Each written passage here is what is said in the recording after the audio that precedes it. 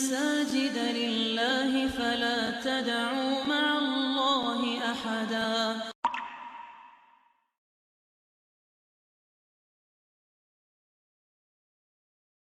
Assalamualaikum warahmatullahi wabarakatuh.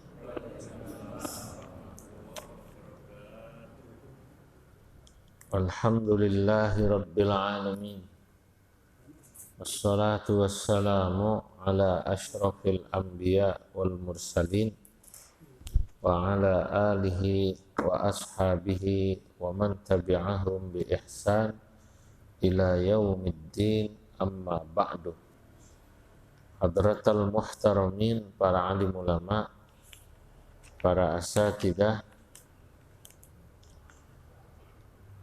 wabil khusus segenap pengurus Masjid Al-Muhajirin, bapak-bapak, saudara-saudara, Pak Haji Abdus Somad, Pak Haji Masyudi, insyaallah semua dicatat dalam deretan ahli surganya Allah.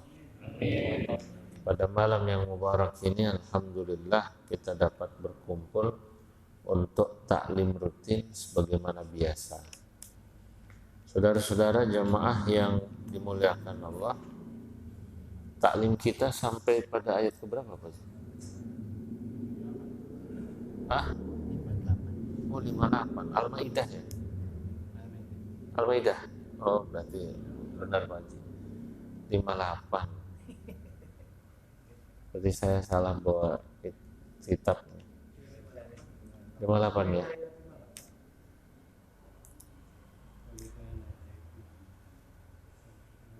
Baik. A'udzu billahi minasy syaithanir rajim. Bismillahirrahmanirrahim. Wa idza nadaitum ila sholati ittakhadhuha huzwan wa la'iba.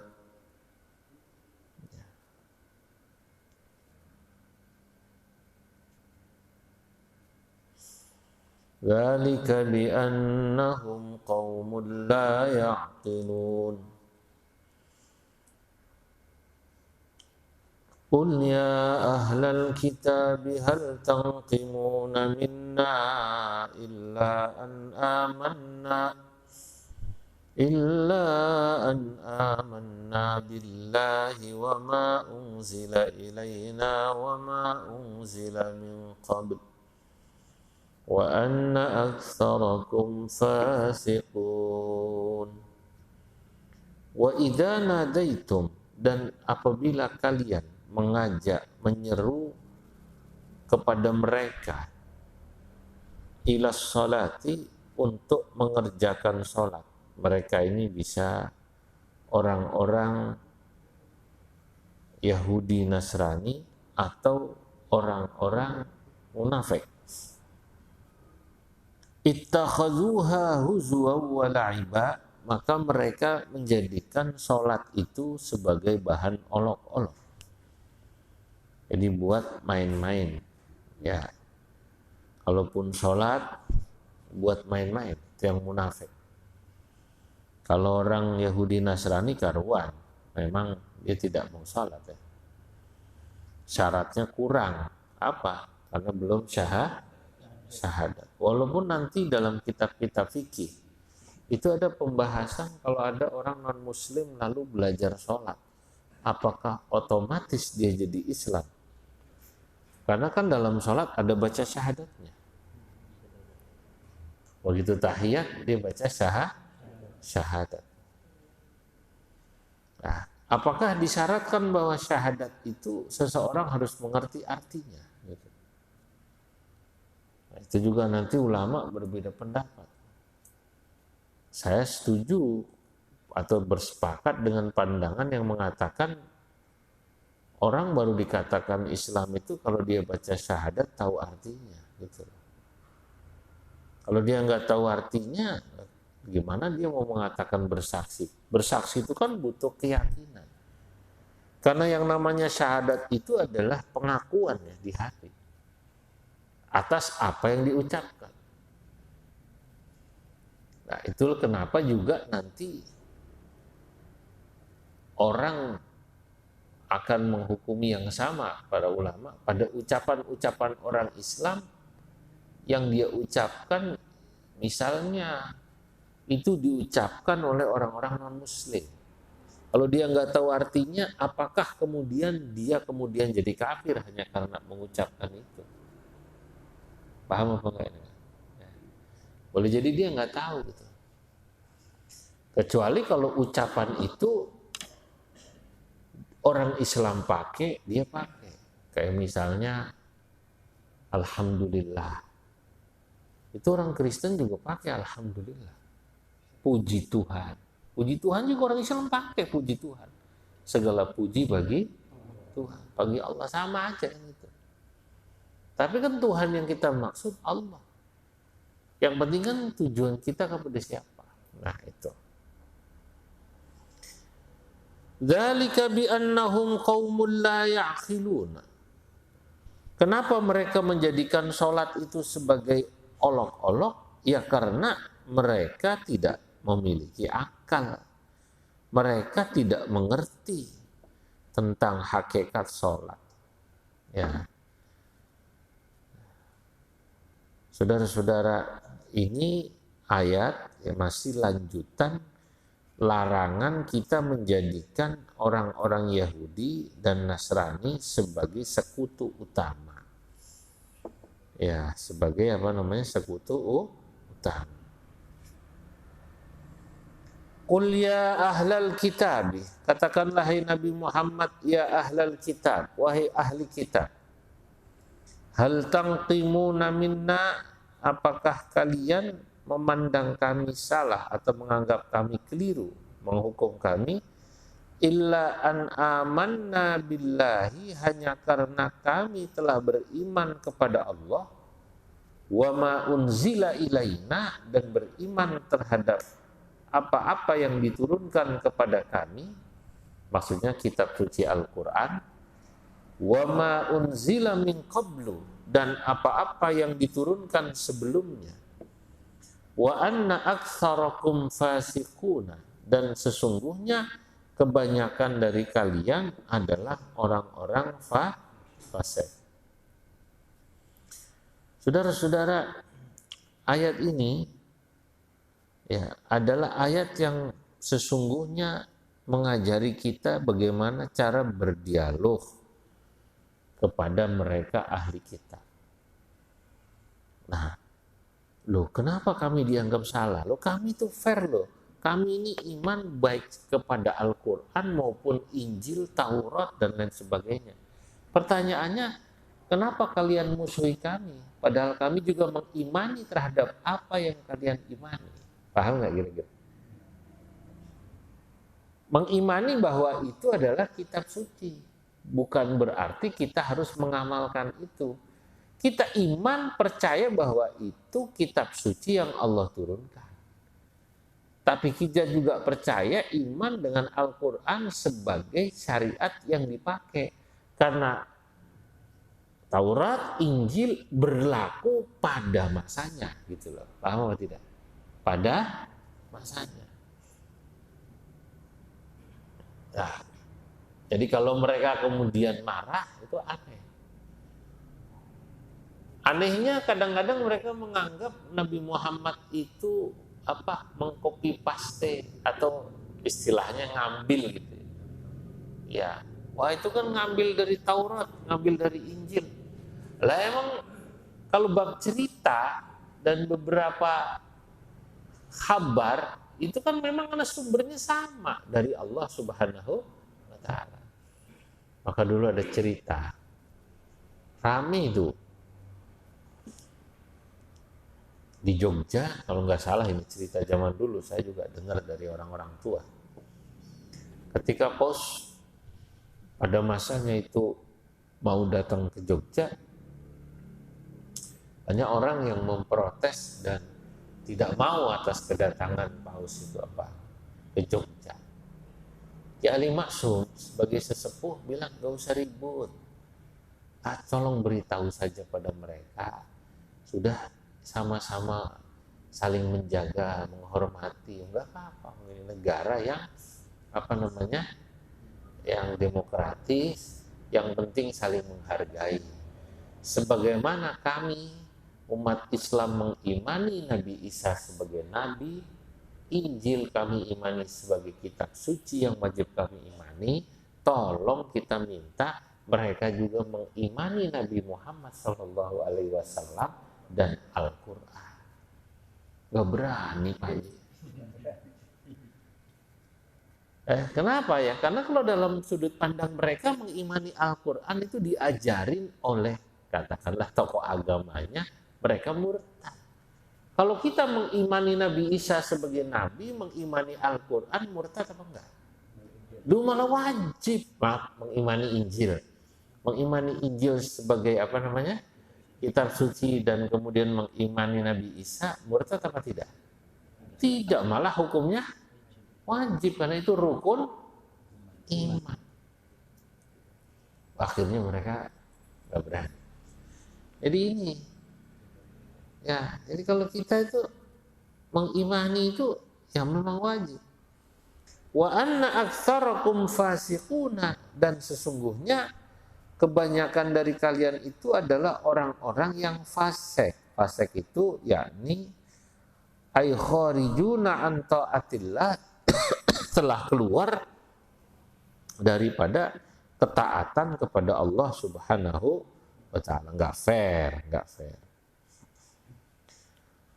Qul hal unabbi'ukum bi syarrin min dzalika mathubatan 'indallah man la'anahu Allah wa ghadiba 'alaihi wa ja'ala minhumul qiradata wal khanazira wa 'abadat taghut ulaika syarrum makanan wa adallu 'an sawa'is sabil.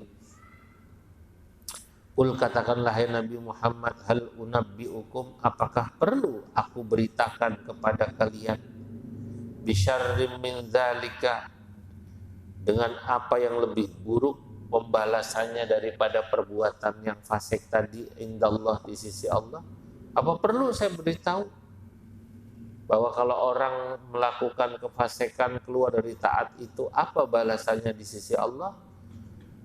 Man la'anahullah, langsung Allah sendiri menjawab, barang siapa la'anahullah, yang dilaknat dan dimurkai Allah. Saudara-saudara, bapak-bapak, ada sebagian ulama mengatakan itu salah satu hukuman paling berat itu kalau orang sudah dilaknat Allah, kelas berat itu. Artinya laknat itu sama dengan dijauhkan dari rahmat Allah. Makanya iblis gelarnya apa? Laknatullah. Itu kenapa kita tidak boleh melaknat makhluk. Paham nggak?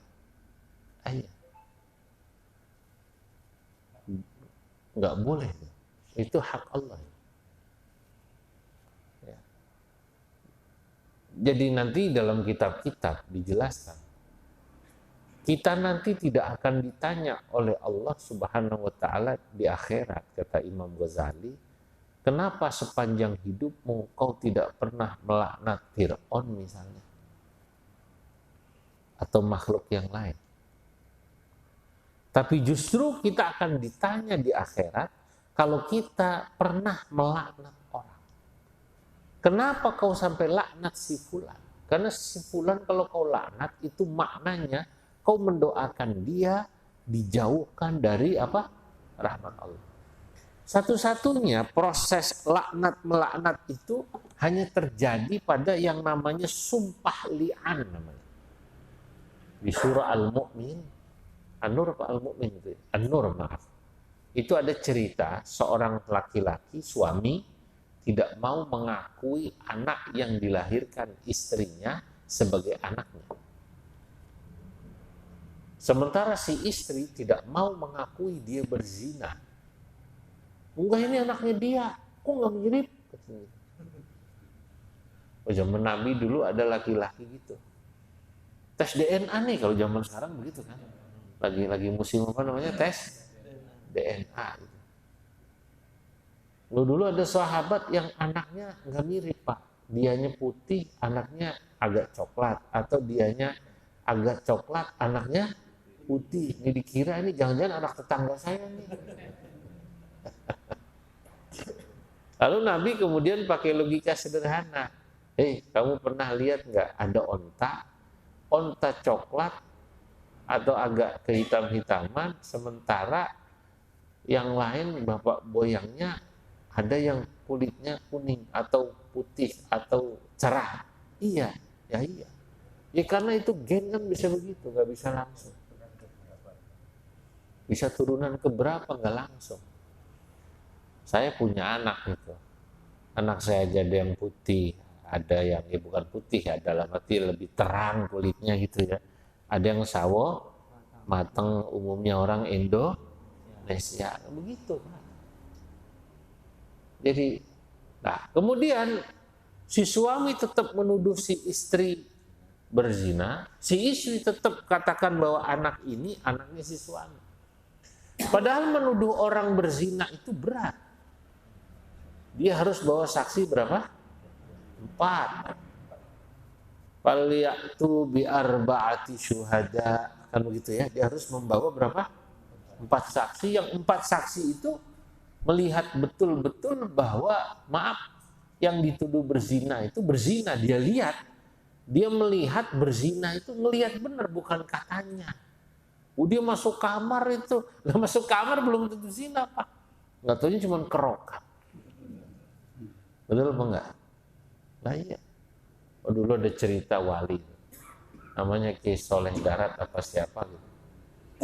Itu di Semarang. Ya katakanlah ada perempuan yang ya dibilang kurang baik gitu ya, kalau bilang nakal. Terus kemudian dipanggil. Ternyata di situ cuma suruh duduk. Kiainya sholat semalaman Pak. Masya Allah. Padahal cakep itu. Kayaknya kalau zaman sekarang belum tentu kuat itu. Sholat. Tobat itu perempuannya. Itu tobat, ya jadi orang baik. Ya orang Islam. Yang kayak begini. Ini dakwah-dakwah yang kayak begini ini kan kita nggak pernah terpikir. Selama ini kan dakwah kita udah jadi-jadi gini. Jamaahnya alhamdulillah udah seneng ngaji, ya enggak? Pensiunan kan udah rata-rata seneng ngaji. Ya. Dakwah-dakwah yang tempat-tempat begitu tuh kira-kira siapa? Nah itu, saudara-saudara, singkat cerita karena orang kalau menuduh orang lain berzina nggak bisa bawa apa tadi? Saksi, maka itu akan berbalik pada dirinya, dia terkena yang namanya hukum qadzaf. Qadzaf itu artinya hukum menuduh orang berzina, gantian begitu dia nggak bisa bawa saksi, dia dicambuk. Dia ngotot, tapi dia nggak bisa bawa saksi. Istrinya ngotot nggak berzina,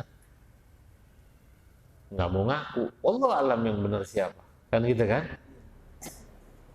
Kan itu kan kalau nggak istri yang benar, suaminya yang benar. Lah maka nanti dalam hukum fikih ada yang namanya sumpah li'an, namanya mula'anah atau li'an, saling melaknat. Nah, itu ada tuh di surah An-Nur, coba nanti dibuka. Di ayat-ayat 10-an kalau nggak salah. Saling melaknat. Suaminya bersumpah demi Allah bahwa saya benar terhadap apa yang saya tuduhkan, bahwa anak ini anak zina. Kalau saya salah, saya siap dilaknat. Tapi kalau dia yang bohong, tolong dia dilaknat ya Allah. Dan begitu sebaliknya si istri. Wah berat itu. Di Quran hanya terjadi sekali Pak. Dalam kasus seperti ini. Maka jangan gampang melaknat orang. Itu intinya gitu. Karena ini hanya kewenangannya, bolehnya dari siapa? Allah.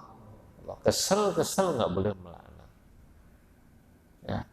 Karena yang melaknat orang kafir hanya Allah, bukan kita. Nggak boleh. Laknatullahi 'alal kafirin. Ya Allah, kita nggak boleh kemudian melaknat.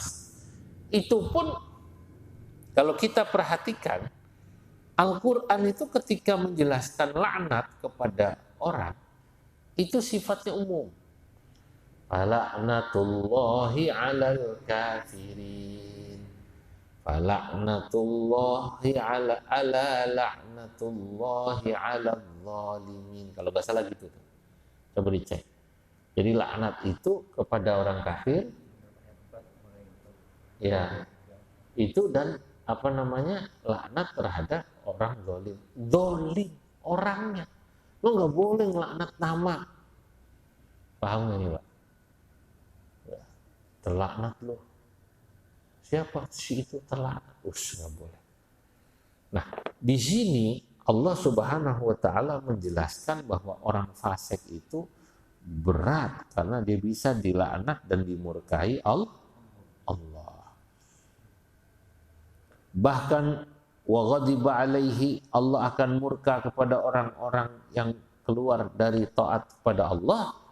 Wa ja'ala minhumul qiradata, dan Allah bahkan menjadikan dari mereka al-qiradata, ada yang menjadi kera.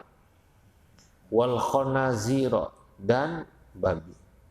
Wa abadat taghut, dan orang-orang yang kemudian menyembah taghut. Ulaika, mereka itulah kata Allah, syarrum makanan, orang yang paling buruk tempatnya, wa adallu an sawa'is sabili, dan lebih tersesat daripada jalan yang lurus. Ya, saudara-saudara, bapak-bapak, di sini Allah Subhanahu wa taala menjelaskan bagaimana beratnya hukuman kepada orang-orang fasik. Berat orang fasik. Nah, tapi orang fasik itu di sini dinisbatkan kepada orang-orang Yahudi Nasrani. Tentu orang Yahudi Nasrani yang dia tidak beriman kepada Allah. Sebab nanti kalau ada orang Yahudi dan kemudian Nasrani, dalam arti Yahudi bukan agamanya, bukan Nasrani agamanya. Jadi begini Pak, Yahudi itu entitas. Saya sering cerita. Dia adalah keturunan Yahuda. Tapi kemudian dia menganggap itu sebuah agama. Gitu. Padahal sesungguhnya kalau agama yang dibawa oleh Nabi Musa, Nabi Isa sama dengan yang dibawa Nabi Muhammad. Agama apa namanya? Islam. Agama-agama yang dibawa para nabi dari mulai zaman Nabi Nuh, Nabi Ibrahim, sampai Nabi Muhammad, bahkan dari Nabi Adam lah katakan, sama. Agama apa namanya? Islam. Tapi mereka menganggap itu agama dia. Dan sekarang belakangan lama-lama jadi agama. Sama kayak Jawa. Jawa itu bukan agama, tapi kemudian ada orang menganggap kejaweng. Paham nggak ini kira-kira? Dianggapnya apa namanya? Agama gitu loh. Awalnya begitu. Lah ada orang Yahudi yang masuk Islam, banyak. Maka dia disebutnya Muslim sesudah masuk Islam. Tapi etnisnya, kalau boleh dikatakan etnis gitu ya, dia etnis Yahudi, keturunan Yahudi. Jadi kalau kemudian ada orang bilang, wah ini begitu diperiksa DNA-nya dia keturunan Yahudi. Yahudi itu maksudnya etnis.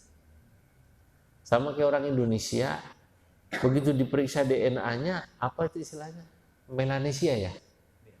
Melanesia itu daerah mana hasilnya? Vietnam sono kan? Vietnam, Cina. Kita kan sebenarnya agak mirip-mirip sama Vietnam, sama Thailand. Emang satu apa namanya? Satu rumput. Itu loh yang dimaksud Pak, Melanesia. Yahudi itu ya kayak begitu, darahnya Yahudi. Nah, Nasrani juga, Nasara awalnya begitu, tapi kemudian jadi istilah agama. Nah, wa idza ja'ukum qalu amanna wa qad dakhalu bil kufri wa hum qad kharaju bih wallahu a'lamu bima yaktumun. Wa idza ja'ukum, dan apabila mereka datang kepadamu hai Nabi Muhammad, maksudnya ya orang Yahudi maupun orang munafik, qalu amanna, mereka selalu bilang kami sudah iman Muhammad, iman. Tapi wa qad dakhalu bil kufri, sungguh padahal mereka datang kepadamu dengan kekufuran, wahum qad kharaju bihi, dan mereka juga pergi keluar dengan kekufuran. Wallahu a'lamu bima kanu yaktumun, dan Allah Maha tahu tentang apa yang mereka sembunyikan dengan kekufurannya. Ayat ini memang sebagaimana umumnya ayat-ayat yang turun dalam ilmu tafsir, ada kaidah yang berbunyi al-ibrah bi umumil lafzi la bi khususis sabab. Semua ayat Quran itu Bapak, Ibu, walaupun ada cerita asbabun nuzul, tapi sesungguhnya semua ayat Quran berlaku umum. Artinya, walaupun awalnya ayat ini turun cerita tentang masa itu, tapi hukumnya berlaku sampai sekarang. Contoh, ayat tentang turunnya khomer, keharaman khomer. Kan ada ceritanya kan pasti kan? Tapi apakah keharaman khomer berlaku sampai sekarang? Iya. Nah, termasuk ayat ini. Ini cerita tentang orang-orang Yahudi dan orang munafik di zaman siapa? Nabi. Tapi maksudnya ayat ini bercerita sepanjang zaman akan ada orang kayak gini. Pura-pura masuk Islam. Ada lah yang kayak gitu. Dulu di Indonesia yang terkenal Van der Plas. Sama siapa namanya? Senok Ogronya terkenal juga. Bahkan pernah main ke Masjidil Haram, kumpul sama syekh-syekh. Syekh ngobrol, pinter bahasa Arabnya. Bahasa Arabnya pinter. Malah sempat nikah nih sama anaknya Kiai di Bandung. Namanya Kiai Sueb, Pangersa, kepala KUA, semacam kemenak gitu. Taunya ya Islam, orang ngobrol biasa. Pinter, baca kitab gundul, pinter. Tapi begitu balik ke Eropa, balik lagi. Dia itu tadhahara bil Islam, ya dia pura-pura masuk Islam. Taunya dari mana Pak? Nah, ditemukan satu surat. Akhirnya terbongkar. Ini rame. Surat itu antara Snok Hogronya dengan temannya di Jerman. Sama-sama kuliah. Itu ditemukan itu. Makanya kuburannya Snok Hogronya sekarang di Belanda, saya udah ziarah 2 kali. Kata saya di Leiden. Kata saya, ini orangnya yang pernah ke Indonesia dulu. Kita baca buku sejarah gitu kan. Yang ketemu sama engkong saya gitu. Syekh Nawawi ketemu nih. Jadi ceritanya ditemukan satu surat.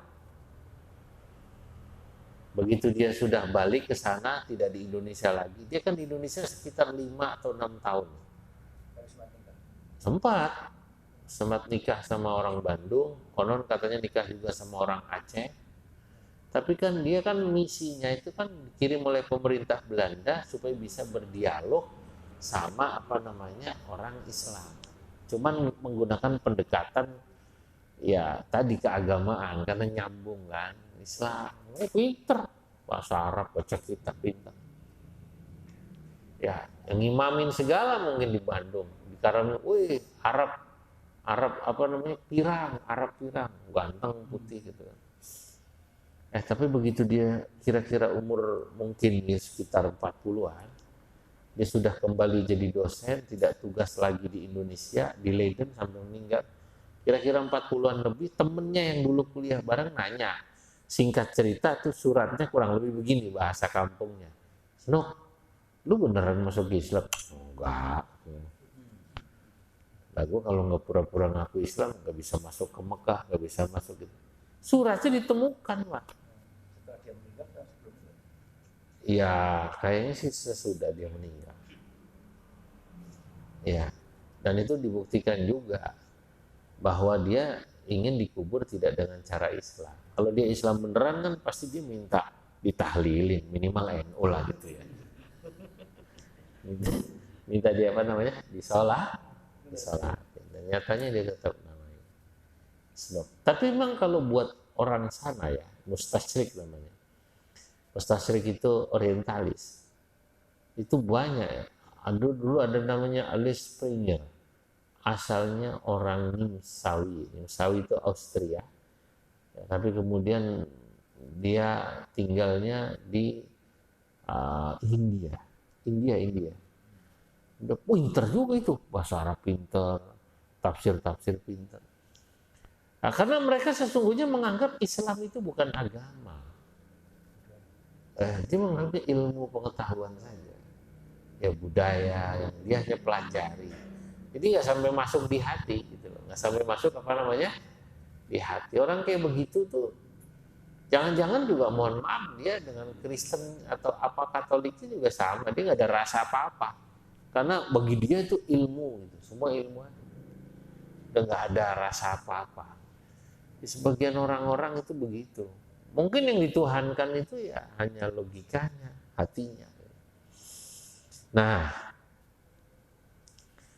jadi orang-orang munafik itu ya mereka sesungguhnya keluar masuk dengan kekufuran. Dia tidak percaya pada Allah. Dia cuma dia buat ya sekedar tahu. Wallahu a'lamu bima yaktumun, dan Allah sesungguhnya maha tahu. Yang Islam beneran sama yang bukan. Ya, ada juga yang masuk Islam cuma untuk cari kesono kemari ke masjid. Saya mau halal Pak, udah diusir sama saudara, begitu ya. Ada yang begitu ya? Nah, aku malamnya udah 20 tahun. Ya kalau dia bilang miskin aja gitulah. Kita sumbang, nggak usah bilang-bilang apa namanya? Mualaf. Kalau ketemu orang yang galak Pak, ketemu tuh ngaku mualaf. Islam nggak butuh orang model ente nggak Islam juga nggak apa-apa lah. Jadi Islam juga cuma nyusahin orang Islam, mau digituin malah. Kalau ketemu orang yang galak, karena dia tahu bahwa dalam agama tuh ada dulu orang seperti itu, Umar bin Khattab. Umar bin Khattab marah nih kalau ada ketemu orang kayak gini nih. Waqad a'azzanallahu bil Islam. Islam sudah kuat, nggak butuh orang model ente. Kalau cuma nyusahin doang nggak usah. Galak itu Pak. Iya, ngaku-ngaku apa namanya? Islam, cuman ngaku-ngaku ini mujahidin Afghanistan gitu ya. Ngaku, mau bilang nggak punya. Nyusahin, malu-maluin orang Islam gitu. Wa tara katsiran minhum yusari'una fil itsmi wal 'udwani wa aklihimus suht. Labi'sa ma kanu ya'malun. Wa tara katsiran minhum, dan kalian akan melihat kebanyakan dari orang Yahudi, yusari'una fil itsmi, mereka berlomba-lomba bil itsmi, dalam berbuat dosa, wal udwani, dan melakukan permusuhan, wa aklihimus suhta, dan bagaimana mereka memakan makanan yang haram. Labi'sa ma kanu ya'maluna, sungguh seburuk-buruk apa yang mereka lakukan itu, yaitu tadi berbuat dosa, bermusuhan, dan memakan yang haram. Saudara-saudara, ayat ini masih bagaimana cara Allah Subhanahu wa taala menjelaskan, membongkar aib orang-orang Yahudi pada masa itu. Ini kan ya memang dulu orang yang kebenciannya terhadap orang Islam lebih itu orang Yahudi. Makanya nanti ada itu di ayat belakangan, latajidanna asyaddan nasi adawatan lil ladzina amanu al-yahud wal ladzina asyraku. Orang yang kebenciannya, permusuhannya lebih kepada orang Islam, ya orang Yahudi dan orang musyrik. Wala tajidanna aqrabahum mawaddatan lil ladzina amanu alladzina qalu inna nasara. Ya, tapi orang yang lebih dekat pada orang Islam pada masa itu adalah orang Nasrani. Nah, pertanyaannya, apakah ini berlaku terus-menerus? Apakah hanya pada saat itu? Nah, itu nanti kita bisa cek, karena setiap daerah itu kan punya masalah sosial yang berbeda-beda. Paham apa tidak? Ya kalau di sini nggak ada Yahudi. Kalau di Indonesia kan orang Yahudi nyaris nggak ada. Iya. Ya boleh jadi yang tidak suka orang Nasrani. Tapi sebenarnya Pak, ya ini kan cuma masalah apa ya? Orang jarang ketemu, nggak pernah ngopi bareng gitu loh. Kalau kita di Indonesia sebenarnya walaupun sama orang Hindu, orang Nasrani, orang Kristen, atau Katolik, atau Buddha, kalau kita sering ngopi bareng, ya sudah sih lah. Memang ini bumi luas, nggak usah ribut, saling tenggang rasa. Ini sebenarnya nggak perlu ribut. Kalau kita mau tarik dulu ke sono duluan, pasti kata orang Hindu, dulu orang Hindu semua nih katanya Jawa, kan gitu kan? Nah, nanti Hindu sama Buddha aja saling klaim. Duluan mana Hindu sama Buddha? Dalam sejarah duluan mana? Hindu dulu ya, baru Candi Buddha. Hindu dulu kan? Pusendok itu Hindu apa Buddha? Saya lupa juga. Nah, pelajaran dulu. Kan ribut itu. Walaupun Hindu sama Buddha sebenarnya agak mirip sebenarnya. Betul apa tidak? Agak mirip.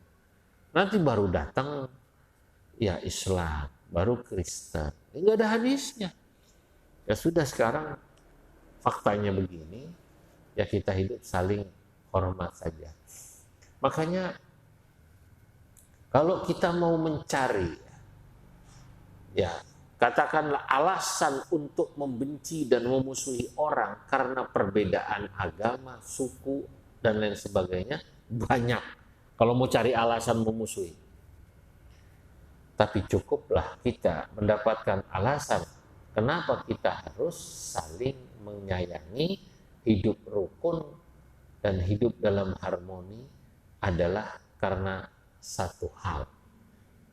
Ya, manusia itu intinya kata Sayyidina Ali atau dua hal, dua ini. An-nasu sinfani, manusia itu cuma dua kelompok. Imma akhun laka fid-din, pertama bisa jadi dia adalah saudaramu seiman. Jadi nggak perlu dimusuhi, sama-sama Muslim. Cuman beda organisasi, satu NU, satu Muhammadiyah, satu Persis. Tapi syahadatnya sama. Cuma beda madhab. Satu madhab Syafi'i, Maliki, Hanafi, Hambali. Satunya Syafi'i. Tapi sama syahadatnya. Cuma beda partai. Sama-sama NU, satu PKB, satu apa namanya? P3. Sama-sama Persis, satunya PKS, satunya PBB. Misalnya atau Golkar atau yang lain, tapi syahadatnya sama, berarti kan saudara. Atau yang kedua, dia bukan saudara seiman tapi saudara juga, sama-sama makhluk. Au nadhiruka fil khalqi, kata Sayyidina Ali, dia adalah saudara sama seperti dirimu, sama-sama makhluk. Ini menarik. Makhluknya Allah, cuman agamanya beda, cuman bangsanya beda, tapi sama-sama makhluk lah. Ini kalau kita sudah seperti ini, jadi sesungguhnya nggak perlu ribut itu ya, nggak perlu ribut. Nah, Allah Subhanahu Wa Taala dalam ayat yang terakhir ini ya menjelaskan bagaimana perilaku orang Yahudi pada masa itu. Walaupun ini perilaku Yahudi, boleh jadi di semua, komunitas ada yang kayak begini. Di Nasrani ada, di Islam apa ada? Ya ada juga, jangan-jangan. Apa itu? Satu, fil ismi. Mereka tuh kalau berbuat dosa, berani. Orang Islam juga ada yang begitu. Kedua, wal udwan. Berani juga bermusuhan. Zaman sekarang, sama-sama Islam. Itu juga banyak yang saling bermusuhan. Kalau bicara, kalau pidato, atau ya di sosial media, itu narasinya narasi kebencian. Sekarang tuh ya lagi rame ini Pak, menyebut kiai pribumi dan non pribumi. Paham ya? Lagi rame, dibelah Pak. Dulu zaman saya kecil, istilah pribumi dan pribumi itu ditujukan bukan buat orang Arab, tapi orang Cina. Ingat nggak begitu ya? Dulu ada nggak sentimen Cina? Tahun berapa itu? 76, 80 sekian pernah juga kan? Terakhir 9 berapa? 8. Pribumi non pribumi. Nah yang sekarang lagi rame pribumi non pribumi lagi, tapi bukan Cina sekarang. Siapa coba? Arab ya. Ini kalau nggak dikelola bisa ribut itu. Konflik. Dan ini kayaknya ya ada juga kepentingan politik global. Karena Indonesia ini sejak dulu memang sebenarnya diarah gitu, diincer gitu, supaya ribut. Gak bisa-bisa. Dulu pernah sampit antara Dayak sama apa namanya? Madura, cuman lokal, sret, langsung bisa. Ini saya khawatir ya, makanya kan sekarang dilakukan oleh kiai-kiai itu di ormas besar kayak NU, nggak mau banyak nanggepin, cukup kumpul ulamanya ya sama habaib Yaman. Sebab mereka ini ya, atau kita semua lah orang Indonesia itu kan katakan yang Jawa maupun Arab maupun Cina, ini kita ini sekarang ini udah generasi keberapa coba? Ya, yang mereka yang katanya dari Arab, ya mungkin udah generasi keempat, kelima, nggak ada bedanya lagi sama orang Kuningan, iya kan? Malah mungkin ada juga orang Arab yang bahasa Sundanya fasih, ada nggak? Ya, Habib-habib yang tinggal di Sunda kan simkuring, betul apa enggak? Simkuring sama anjing. Terus Habib-habib atau katakanlah ya orang-orang keturunan Yaman yang di sini gitu. Nah, kalau di Jawa yang ngomongnya Jawa halus, monggo, nggih kan gitu kan ya. Ya, Agustusan juga sudah Agustusan. Nah, tapi intinya Pak, mau orang Yahudi, mau orang Nasrani yang punya kelakuan atau punya perilaku yang buruk seperti ini, saling bermusuhan, termasuk orang Islam ada. Isinya narasinya kebencian, ceramah ya begitu, musuhin orang. Ya sebenarnya sih yang ribut itu yang berdesakan ribut. Kalau dia nggak merasa berdesakan itu rebutan maksudnya. Iya. Ya, kalau dokter kan nggak bakalan ribut sama kiai, pasiennya beda. Ya walaupun kadang-kadang ada juga sih dokter kemudian bisa jadi hasut sama kiai. Kenapa? Orang sakit minta air semua ke kiai. Gak ada yang datang kemana namanya? Ke dokter, disembur doang. Ya, pedagang tuh nggak ada, jarang yang hasut sama kiai sama dokter karena lain. Biasanya pedagang itu hasutnya dengkinya kepada siapa? Ya, pada sesama pedagang. Nah, yang ketiga di antara penyakitnya orang Yahudi dan ini mungkin juga akan ada ya pada yang lain adalah wa aklihimus suhud alladzi huwal haram. Di mana dulu orang-orang Yahudi berani sekali itu memakan uang haram. Ya ribanya. Itu yang ngajarin riba itu orang Yahudi. Ngurangin timbangan Yahudi. Dan di Nasrani ada juga. Di Islam kira-kira yang ngurangin timbangan ada nggak kira-kira? Banyak di pasar. Yang berani korupsi ada nggak kira-kira? Ada. Copet ada nggak? Ya ada cerita. Yang Madura nyopet, ditangkap sama polisi, sesama Madura. Kata polisi Madura, lo sampean ini kan NU, kenapa nyopet? Loh Pak, NU itu agama Pak, kalau nyopet itu profesi Pak. Jadi profesi. Ya Allah. Ya, inilah. Nabi sama kanu ya'malu. Ya. Sungguh seburuk-buruk perbuatan adalah perbuatan yang mereka lakukan. Ayat terakhir ya, sekarang ini 63. laula yanhahumur rabbaniyuna wal ahbaru an qawlihimul ithma wa aklihimus suh labi'sa ma kanu yasna'un. Laula yanhahum, Bok yao kata orang Jawa, kenapa tidak yanhahum, mencegah kepada mereka ar-rabbaniyuna wal ahbar, para ulama, para pendeta mereka. Kenapa kok orang Yahudi pendetanya, ulamanya tidak mencegah umatnya angkaulihimul itsma, tidak melarang umatnya untuk mengucapkan bohong, wa aklihimus suhta, dan memakan harta yang haram? Jawabannya, labi sama kanu yasnaun. Allah sedang menjelaskan sungguh buruk perbuatan ulama dan ahbarnya juga. Saudara-saudara, apa yang dilakukan ini? Kenapa kok tidak ada yang menasehati? Kira-kira kata Allah gitu. Ada dua kemungkinan ya, karena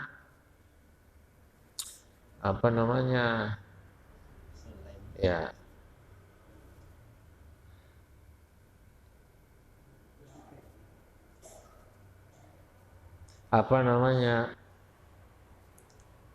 mereka sendiri sudah terbiasa terlibat atau ya dapat. Sebab perilaku itu kan kalau tokoh agamanya itu sudah begitu dekat, dia sulit negur. Itu kenapa kata Imam Ghazali, fasadur ra'aya bi fasadil muluk. Ya, keburukannya rakyat itu disebabkan karena keburukannya para pejabat. Wa fasadul muluk bi fasadil ulama, dan rusaknya para raja itu disebabkan rusaknya para ulama. Kenapa? Ya ulamanya nggak bisa nasihatin. Kenapa ulamanya nggak bisa nasihatin?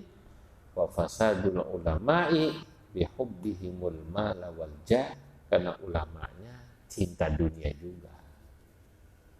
Ya, udah sering dapat. Itu makanya kalau kita ingin masyarakat baik, ya ulamanya itu harus dijaga juga. Bagaimana punya wibawa. Dan wibawa di samping ulama-ulama juga yang memang harus ya punya integritas. Gitu. Ya, ulama kalau nggak punya integritas turun ya. Ya apalagi kalau udah senang kemewahan, bahaya udah. Bahaya. Para jamaah yang dimuliakan Allah, sampai di sini alhamdulillah kita bisa ngaji. Nanti kita lanjutkan tentang orang Yahudi, tentang bagaimana keburukan-keburukan orang Yahudi. Di antaranya orang Yahudi itu dulu berani bilang Allah itu pelit. Wa qalatil yahud yadullahi maghlulah. Itu pada ayat berikutnya nanti. Iya, Allah itu pelit katanya gitu. Kurang ajar. Cuman orang Yahudi orang gitu. Allah pelit katanya. Baik, sampai di sini semoga manfaat ya. Bismillahirrahmanirrahim. Allahumma salli wa sallim ala sayyidina Muhammad wal awwalin wal akhirin. Mubarak wa radhiyallahu tabaraka wa ta'ala an sadatina ashabi rasul ajma'in. Wa manfa'na bima 'allamtana, 'allimna ma yanfa'una wa zidna ilman wa yaqina. Waghfir lana wa liwalidayna warhamhuma kama rabbayana shaghira. Wa sallallahu ala sayyidina Muhammad wa ala alihi wa sahbihi wa sallam. Walhamdulillah rabbil alamin. Assalamualaikum warahmatullahi wabarakatuh. وأن المساجد لله فلا تدعوا مع الله أحدا